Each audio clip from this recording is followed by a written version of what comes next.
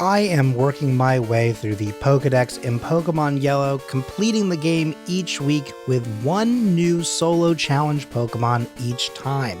And today, we are doing a challenge that is not designed for babies, that is for sure. Today, we are taking a look at Sandshrew. Now, Sandshrew doesn't have necessarily a crazy amount of utility when you look at the right-hand side on the move pool side of things, but Sandshrew does have the ability to hit fairly hard. We now have ground-type moves, which we have had before using moves like Dig or Earthquake, but because now we are actually dealing with a ground-type Pokemon, the ground moves become stab moves, same type attack bonus. And so that does mean that Sandshrew should be able to hit some of the things that we are seeing these moves be very effective against and hit them even harder, and potentially run through some of these sections of the game much faster. Pokemon on teams like Team Rocket or for Koga, for example, these are Pokemon that we probably will see Sandshrew excel at. However, you will also see that these moves do not become available until much later in the game, none of them being learned naturally. So that does mean that Sandshrew has kind of a similar early game as some of the other Pokemon that we have dealt with, which does make it a little bit more challenging. It does mean that the beginning of the game is a little bit more of a grind. Sandshrew is going to have to really take its time to develop a little bit of strength and defense in order to take on Brock's team. We don't get Slash until level 17, and personally, I don't really want to be waiting until level 17 to go up against Brock, so we're going to need to find the perfect balance of being able to use Sand Attack as our move in between the Bide attacks for Onix, which would be great because A, it's not going to be feeding into his attack power, but also it increases the chances of that move missing. So there is still some utility within those moves early on. But I will say this as well, very early in the run, very early in this video, one thing that we've talked about in the past as well is I try not to repeat the same tactics over and over and over again. So in this video, you will find that I am not speedrunning. I'm not really there yet in my ability, but also I'm here more to just sort of try some different takes on these Pokemon if possible, just because I recognize that sometimes there are some maneuvers and some pathways that really just make sense for these Pokemon to get through the game very efficiently. But it's the same tactic that works for, let's say, 50% of the Pokemon in Gen 1, if not more, really. Most of these Pokemon can learn a move like Mimic. And so I try not to use Mimic unless it is absolutely necessary. And this run is going to be pretty fascinating in terms of the fact that so far on this channel, we have yet to see a ground-type Pokemon. And while there are going to be some similarities to the Charmander run, there's going to be a lot of things that Sandshrew can really do, I think, a little bit better just because of the typing and what kind of Pokemon we run into more frequently here on this sort of challenge. But also, at the end of the day, there's going to be Pokemon that are going to cause a major problem for a Pokemon like Sandshrew. One of the first ones, honestly, that comes to mind is going to be immediately after this gym, and that's Misty. Misty has both Staryu and Starmie, and they are a major threat. Water Gun is bad enough, but Bubble Beam will literally rinse Sandshrew. So we're going to have to think pretty hard about what we want to do and how we're going to go about this and really try our best. But speaking of trying our best, we are now officially at Brock for our first time. There's a little bit of a fun little edit there where I realized I wanted to be a little bit more experienced. I didn't quite level up, but I got us very close because I figured once I beat Geodude, that'll take me to level 13. 13 is where I feel is probably the most comfortable place for Sandshrew to do this fight. We don't have any kind of stab moves, and as we've mentioned in previous runs, all you have at your disposal at this sort of point in the game is normal type moves, which they do resist. So the big thing that you want to do here, and I kind of alluded at it earlier as well, but every time that Onix uses Bide, Bide is a move that every time you attack into it, it absorbs some of that damage and then it unleashes it back out at a stronger capacity. So every time he uses Bide, you want to try and use a move that does not do damage. Now, you can see here that I have started to attack directly into it, and part of that is because on previous runs, I have been using Sand Attack, and so his ability to hit should be considerably lower. It has not lowered enough, and he is still hitting every time, and I'm not 100% sure how that is, but we make it through barely.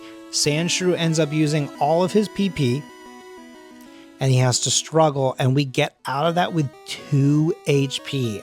A little too close, if you ask me, which means that level 14 or 15 is definitely a much more consistent level in order to defeat Brock, but either way, we make it through, and we then, of course, go through Route 4. They are not an issue. There's nothing really of note there. There's no one that's really a challenge for Sandshrew. So we make our way to Mount Moon. There's also not really a challenge here, but this is a place where we're going to need to kind of grind again, just because the Misty issue is coming up very shortly. And there aren't going to be a lot of opportunities to grind outside of wild Pokemon, because there are a lot of trainers coming up that we can go up against. But once we hit the end of those trainers, that's kind of it. You really have to make sure you get as much XP for a Pokemon like Sandshrew very early on, because he is going to need it. I mentioned it before, I'll say it probably 3 or 4 more times until the end of the fight. Bubble Beam is going to be a problem. So Sandshrew really has to bulk up big time. It's time to take his creatine, and there's no creatine in this game, but there is protein in this game. So if there is any, there isn't, we could potentially get that kind of thing up, but we're going to have to do it the old-fashioned way, and that is simply beating the tar out of youngsters' Rattatas. I mean, that has maybe a little bit more of an aggressive undertone than I really meant for it to have, but I think we all know that early game grind where it's just a lot of the normal early level Pokemon that you just sort of have to grind up against because that's all that anyone has. And it's the kind of Pokemon that if you forget someone and then you come back after you're a champion and they go Rattata, and it's like level 7, and you got a level 80 Dragonite. Yeah, you know, we've all been there, I'm sure. Either way, we're fighting this youngster. He, of course, has 2 Rattata and a Zubat, which is basically just a Rattata with wings. Which is actually also not true, because Rattata is actually a pretty decent Pokemon, at least for solo challenges. Zubat, not so much, and I am not looking forward to us getting to that one. Now, eventually we do make it past all of the Zubats available to the human market. What? Eventually, after making it through Mount Moon and fighting every Zubat known to mankind, we are on our way to Cerulean. I'm struggling with some ledges, but you know, hey, I guess that's just part of life, right? We're going to take a quick heal up here, and then we're going to go fight Blue, or Butt, I guess is what I technically name him in all these videos. You know, I'm in my 30s and I'm still very mature, I promise. Anyway, we fight Blue here though, and we are going to have to go through him and through everyone else on this bridge before we even attempt Cerulean. We were kind of talking about that a little bit earlier during the Mount Moon section and a little bit during the Brock section, but this is definitely part of the make it or break it type of thing for Sandshrew. I don't think that Sandshrew gets walled here by any means necessary. Misty is not like an impossible challenge, but it does potentially mean that we have to grind for a very long time. So it's going to take us a little bit of time here to get through every single one of these trainers. So I'm going to finish out this fight here against this bug catcher, and then we're going to smash cut directly to Misty's gym. And as promised, now that we have fought everyone up north, we have made our way to Misty's gym. It's been about 5 minutes. So a lot of grinding got us to level 24. We're about to hit level 25 just before Misty. I did figure out that I did not have any potions on me, So there is going to be what I thought at first was a clever edit, but then I realized, of course, that it moves the junior trainers. So you're going to know that I went and healed at the Pokemon Center. But either way, we take a quick heal right here just to make sure that we are ready for this fight. And Sandshrew at level 25 goes in against Misty for the first time. We're going to use Dig. We've already taken a hit because we are outsped on both fronts. They use Water Gun instead of Bubble Beam, but luckily we got off a single Sand Attack. The Sand Attack comes in clutch with a miss, and before I can even say it, we defeat Misty on our first try with 1 HP. I mean, listen, I know that we were a little bit above her level in terms of just like literal level cap kind of thing. We're not really running a level cap at all in these sort of challenges. We're just sort of doing what we can to get these Pokemon across the finish line. If we were at her level, we definitely don't win that fight, and we probably do get walled. But Sandshrew getting through that on its first try, I really was expecting many resets and just having to kind of spam Sand Attack and maybe keep training just to get the speed up so that we can outspeed the Star U. We probably would never outspeed the Star Me, at least not for quite a while. But it doesn't matter, because while Sand Attack was not very effective against the Onix, somehow, by a miracle, it was for Starmie, and that's all I could really ask for. We have therefore made our way down to Vermilion. I'm going to grab a couple potions here real quick just to make sure we've got something to use while we go to one of my favorite areas in the game, mostly just for the music and the aesthetic, and that is, of course, SS Anne. And although we are going to get a bunch of other items like a rare candy and a max ether, things like that, we are really only going to show one of the rooms that are kind of vital here, because I totally get it. I said I try not to use the same gimmicks all the time, and I try not to use things like Mimic in every run. So far, a move that I have used on many runs and have yet to cut from the routing just yet is Body Slam. And the main reason for that is that Body Slam is good and it's effective, but it doesn't feel like it's kind of a one-stop shop and fix for everything. So I feel safe with using that every turn. Now, we then, of course, skip ahead after we do the teaching of that move and do a bunch of training. We're now going up against the rival again. This time, because of the fact that we are going to have 2 Sandshrews, it's going to be a little bit of a quick attack here, and luckily the slash gets the critical hit, and we take down the Eevee very quickly. Was getting a little nervous that there was going to be a little bit of a Sand Attack off, if you will, but luckily didn't come to that. The rival is defeated. We get Cut. We will not be teaching Cut to Sandshrew, though. We will be teaching it to an H employee in the background, just because, you know, we don't need to waste our time on Cut, of all things, for good old Sandshrew. We're going to take a chance to do a very quick heal, then we're going to run back down to the gym, we're going to walk up to Surge, we're going to hit A bunch of times, and then remind him that he's absolutely trash. See you next time, Lieutenant Surge. Okay, now this is a rather large jump, I totally get it. We don't show Rock Tunnel at all this time because when you have a ground-type Pokemon, it's not that big of a challenge. There are a couple Slowpoke that you have to deal with, but that's really the hardest part. A Pokemon trainer like the self-destructing Hitchhiker is not an issue when you've got Dig on your side. So I just figured we just immediately skip over to Team Rocket and their secret headquarters. They aren't an issue either, but it is at least showing that we've got some story-based stuff that we can kind of work through. That's a little thing that I do sometimes just to make sure I got a clean cut for the edit, but today I talked over it, so you a little behind the scenes there. Anyway, we go up against Giovanni, and kind of the same thing as I was just mentioning about the self-destructing Hitchhiker. Yeah, if you have Dig on your team, Giovanni's not that hard. So we get the item and we get going. And now we're going to go to Erica's gym, because Erica is kind of like Misty. Erica could potentially be a major issue considering I am very weak to everything that she has on her team.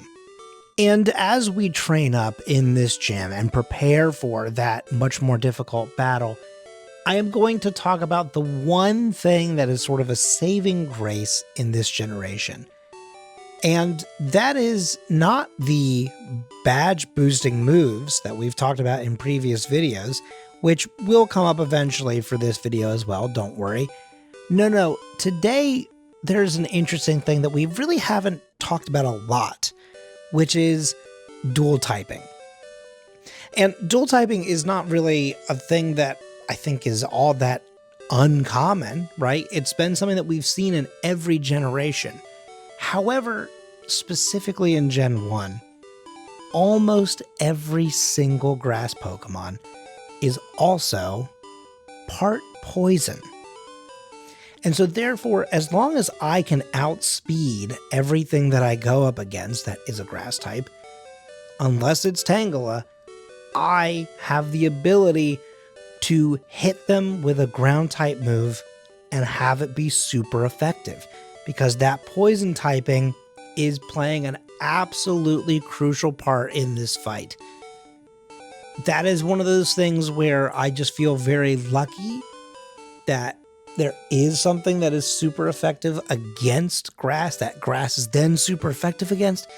And if there was not as many dual types, we'd probably see Sandshrew get absolutely walled much faster in this gym. But luckily, Sandshrew has the ability to barely eke through some of these fights. So it does mean that we're going to have a real challenge going up against Erica, the gym leader.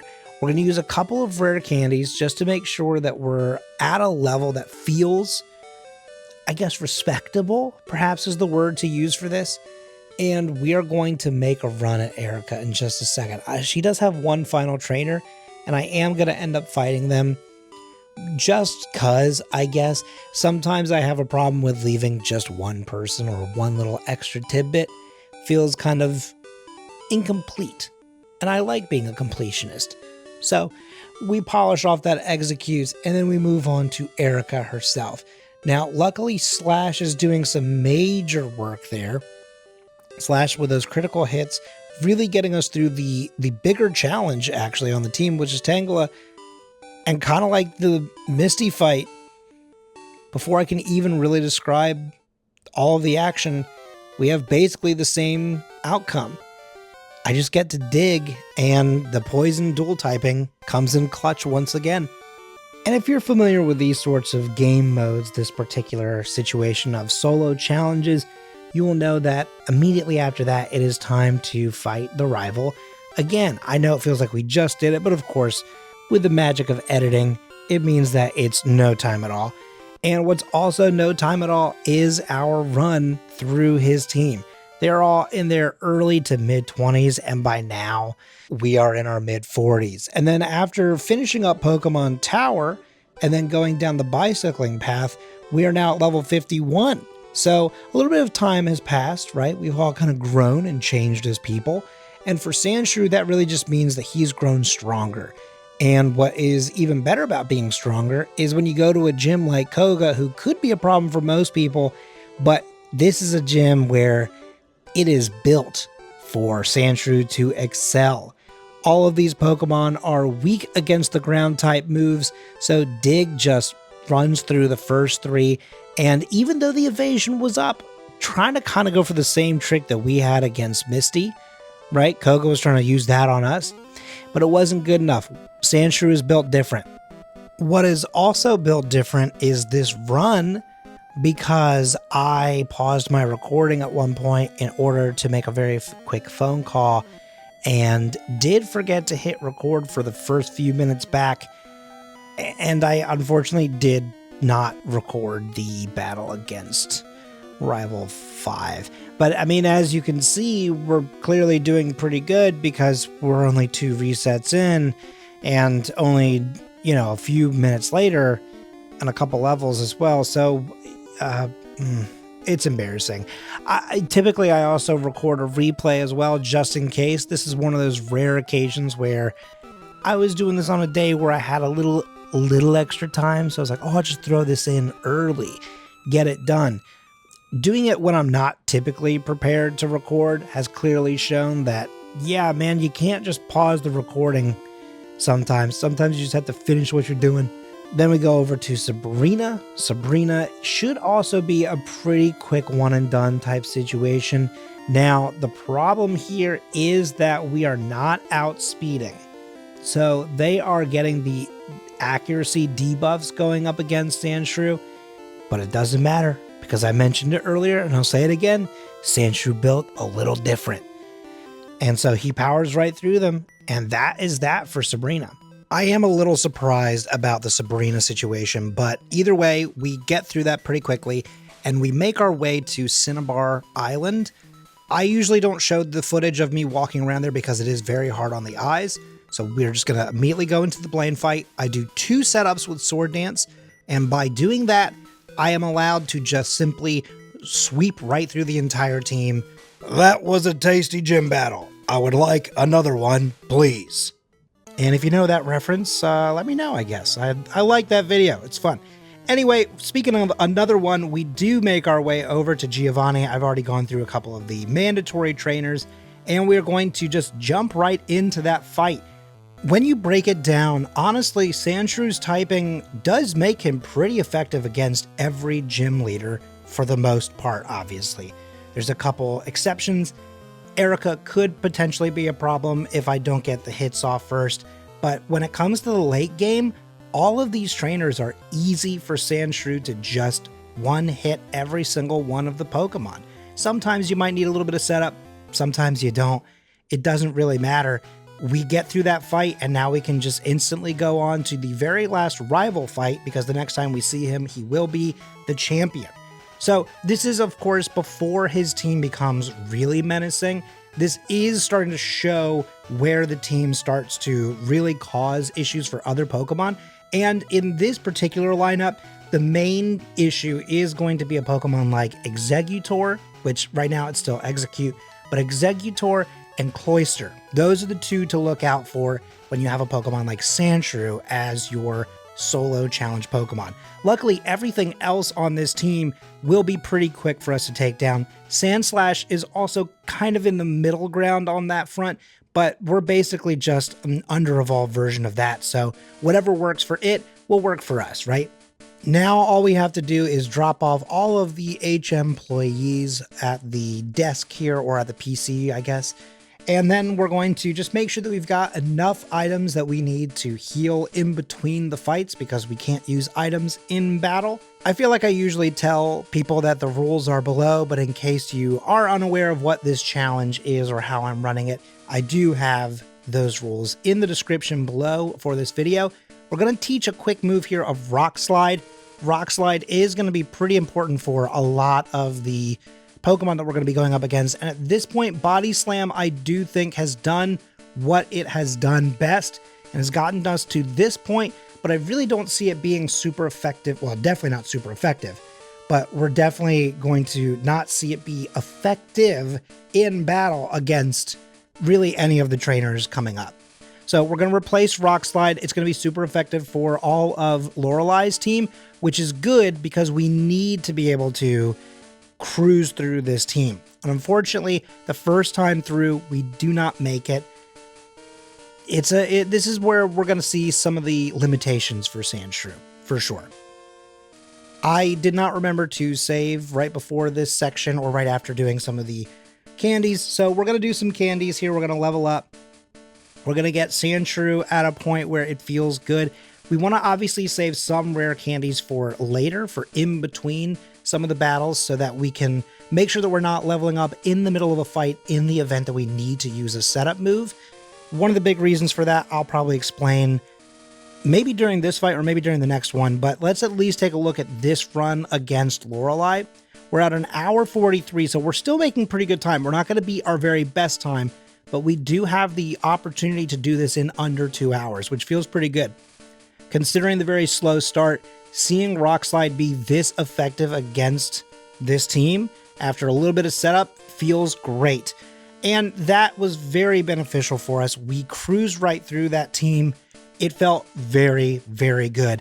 Lorelei is frequently a major issue, even for Pokemon that she's not really even super effective against.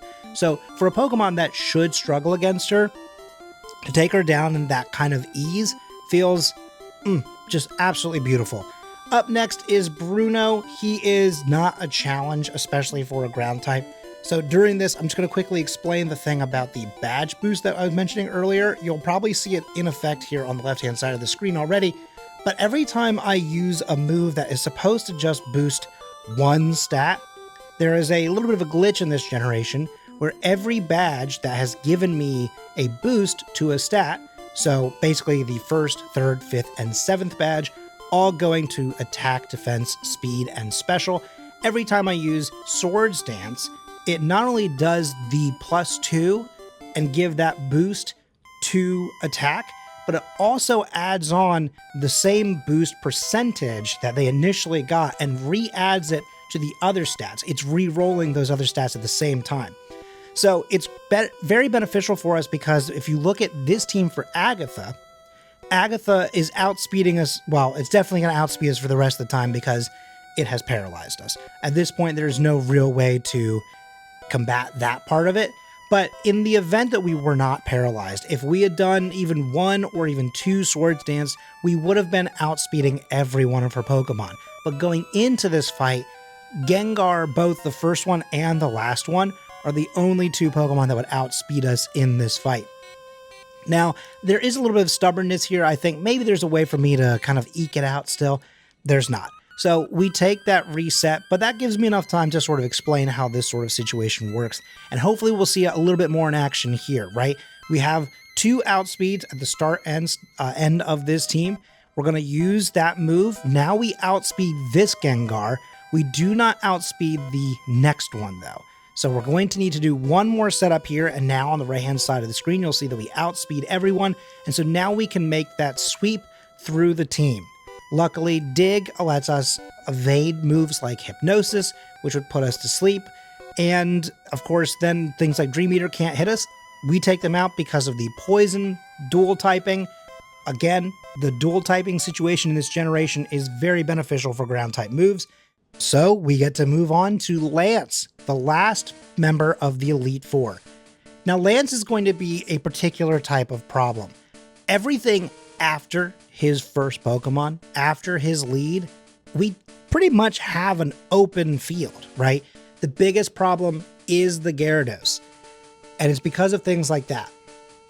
He has Hydro Pump, and if it hits us even once, especially with no setup, yeah, you know, Sandshrew is going to get a little walled there.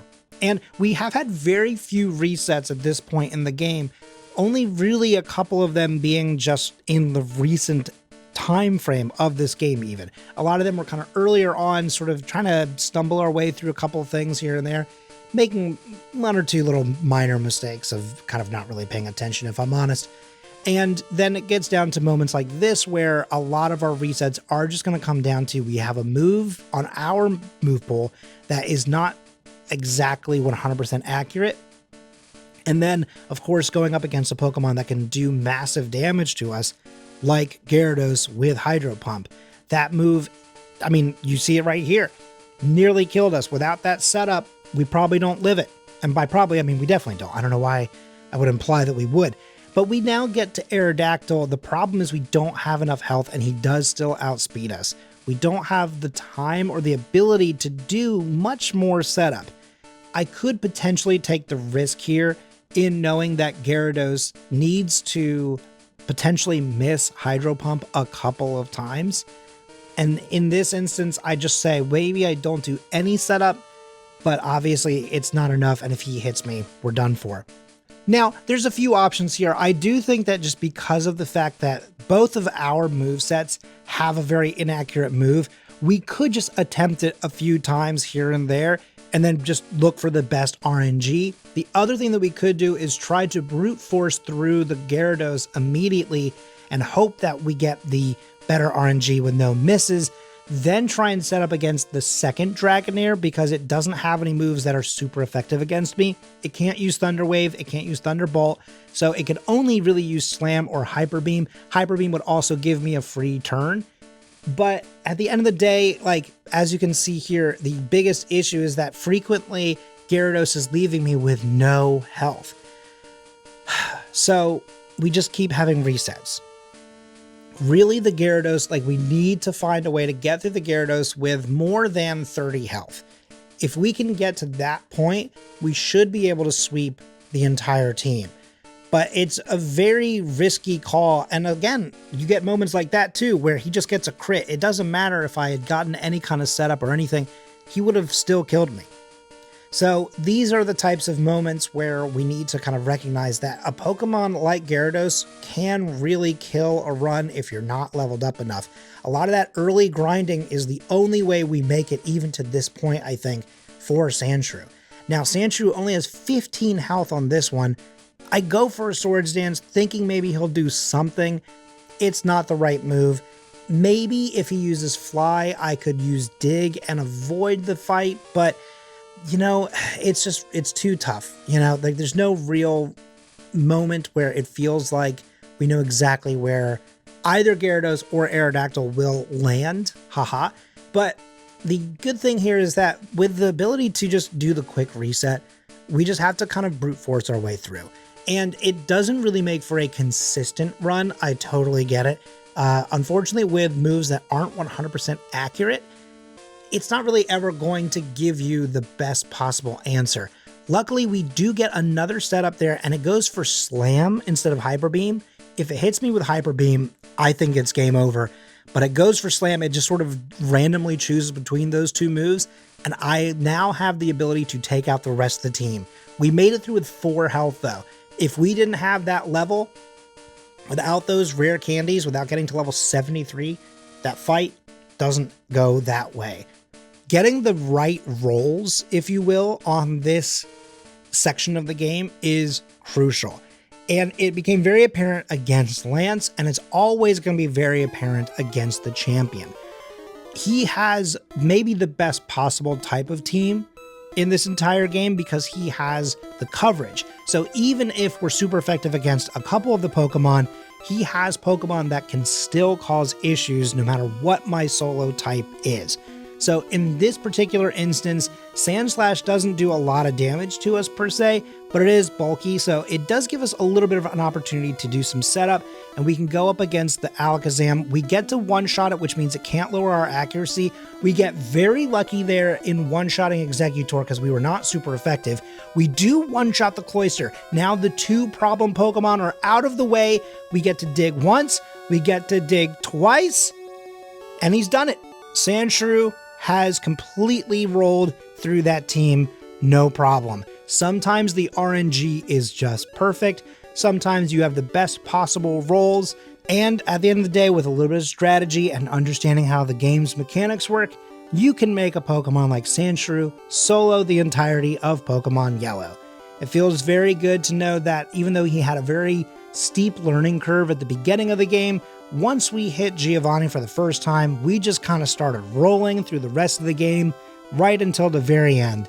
Congratulations, Sandshrew. I really like you a lot. You and Sandslash are both pretty cute. I like your designs. Even if you don't have the best move pools, I do enjoy you as a Pokemon, and I really enjoyed this video a lot.